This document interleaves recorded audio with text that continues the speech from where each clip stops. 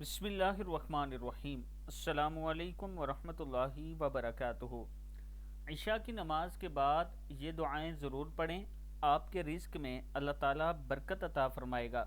پڑھنا ہے آپ نے بسم اللہ الرحمن الرحیم، لا الہ الا اللہ الحلیم الحکیم، لا الہ الا اللہ رب العرش العظیم، لا الہ الا اللہ رب السماوات والارض ورب العرش الکریم، ولا حول ولا قوة الا باللہ یا خیر المسئولین ویا خیر المعطین، ارزقنی وارزق عیالی من فضلک الواسع فإنک ذو الفضل العظیم، استغفر اللہ الذی لا الہ الا هو الحی القیوم۔